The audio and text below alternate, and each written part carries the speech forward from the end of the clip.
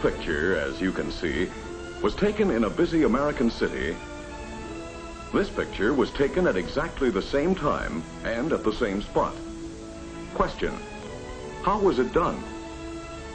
A modern motion picture camera photographed the traffic in action, while the Daguerre camera, the great-great-granddaddy of all cameras, was used to photograph the buildings alone. The action of this camera is so slow that there isn't time for moving objects to register on the film. On the other hand, the buildings, being stationary, gradually formed a sharp, clear image. And why use the Daguerre camera? To show that any picture of America without automobiles is hopelessly out of date. Today, the automobile is part of any American scene. Every man, woman, and child in America could go riding at the same time. And if we wanted to, we could all ride in the front seat, because there is a car or a truck for every 3 persons, almost 50 million motor vehicles. How many are 50 million cars? Bumper to bumper, they would stretch around the earth at the equator 7 times. The distance we drive our cars and trucks every day would take us on 5 daily round trips to the sun. But the real importance of the motor car is in the way it has opened up new horizons in our way of living. And that brings up a very interesting fact about 1 out of every 7 American workers. Let's see what it is about that 1 worker out of 7. 1, 2, 3, 4, 5, 6, 7. Sir, what do you do for a living? You've heard of tea testers, haven't you? Well, I'm a tooth tester. Yes, this man is a tooth tester. He listens to automobile horns in a factory to be sure they are tuned to the proper musical tone. If anybody should ever ask you what the proper musical tone is, it's E flat combined with G. Let's try again. Pardon us, sir, but would you tell us what business you're in? Why, certainly. I'm a farmer. And what do you grow on your farm?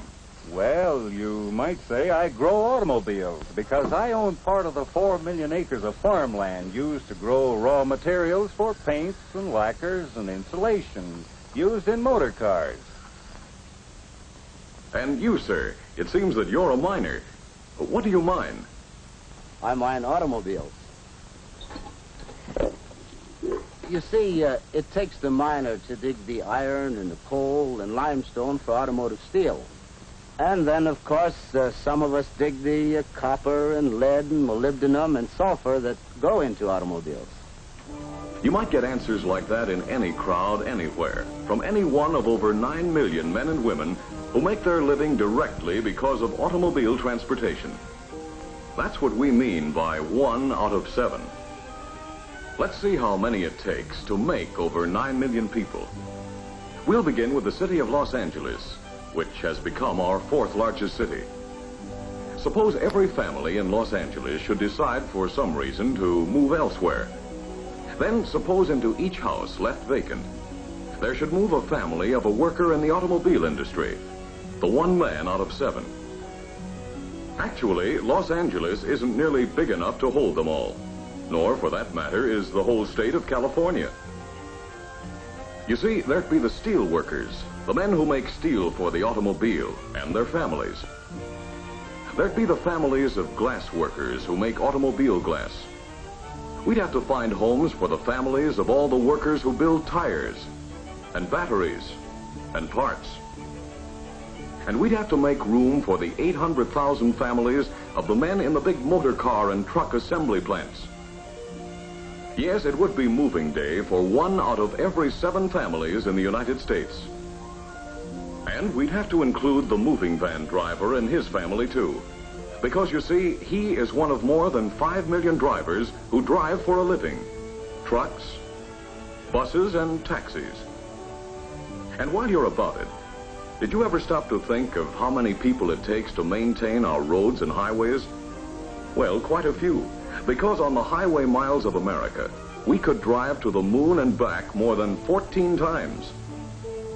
Well, does that account for 1 out of every 7 workers in America? Not quite. But it does when you add the men who sell motor cars and the men who service them. Moving the families of the 1 worker out of 7, gradually replacing family for family. We'd need all the houses in California, Oregon and Washington, Idaho, Utah and Arizona, Montana, Wyoming and Colorado, and part of Texas to find homes for the people who make their living directly because of the motor car.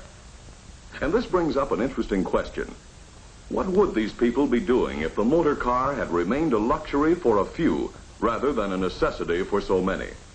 And what about all the people who depend indirectly on the motor car for the way they live? Looking at it this way, we can fill up all the homes from North Dakota to Texas and from Minnesota to Arkansas, all the way to the banks of the Mississippi with the families of the men who use motor cars or trucks in their business. The plumber, the painter, the florist, the meter man, the rural mail carrier, and of course, the more than 2 million salesmen on the road. Now, it seems that we've found out something else about the motor car and its effect on our living. 1 worker out of 7 either makes cars or parts, or sells or services them. And another 1 worker out of 7 uses the motor car to make his living. Pardon us, sir, but what do you do? Why, I'm a traveling trimmer. Yes, this man is a traveling trimmer who makes his living with his pruning saw and his truck. Yes, for that second man out of 7, there are all kinds of jobs that you might not even think of as being connected with the motor car. The traffic policeman, and the people who make and sell traffic lights and parking meters. But would you think of railroad engineers? You would if you knew that transporting raw materials and finished products to keep our American system of individual transportation by motor car rolling takes 4 million freight carloads per year.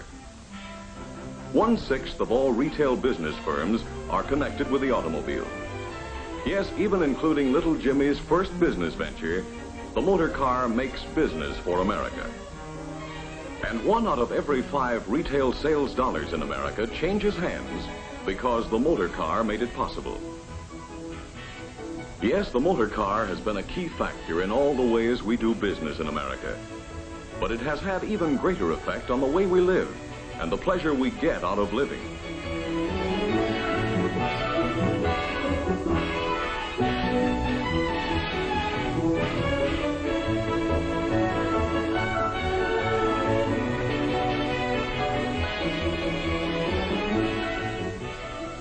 Being able to drive out into the country has made many of us want to live in the country. And the motor car has made it possible for millions. Today, suburban construction is more than 3 times the construction in the city. And just as the motor car is a tool for working, with more than half of us using it to go to and from our daily work, so it is a tool for enjoyment. It puts America at our doorstep for business or pleasure. Whether you're traveling on business or pleasure, the chances are even that you'll travel by motor car. More than half of us take yearly vacations, and most of us take them on the highway. As a result, the tourist and resort industry ranks among the 3 most important industries in 16 states. We have seen how the Daguerre camera, a camera from the past, can take a picture of the past to show how our horizons have been expanded by the motor car. And the greatness of America has been that we are never content to stop at the horizon we can see. We know that there is another and another horizon beyond. The motor car industry, as it has recognized its responsibilities in our progress through yesterday to get where we are today, is already at work on the design of tomorrow, exploring, developing, testing, to improve the cars we drive, to make them safer, more comfortable, more enjoyable. If we are to realize in full the motor car's vast potential for good, we must use it and care for it wisely. The motor car has been the key to open new horizons, not for the few, but for all. And all of us share in the responsibility of safeguarding the benefits it has brought. If we plan for the future, if we look ahead to clear all obstacles and roadblocks, if we recognize the importance of this great individual freedom of movement, the motor car will be the key to our ever-widening horizons of tomorrow.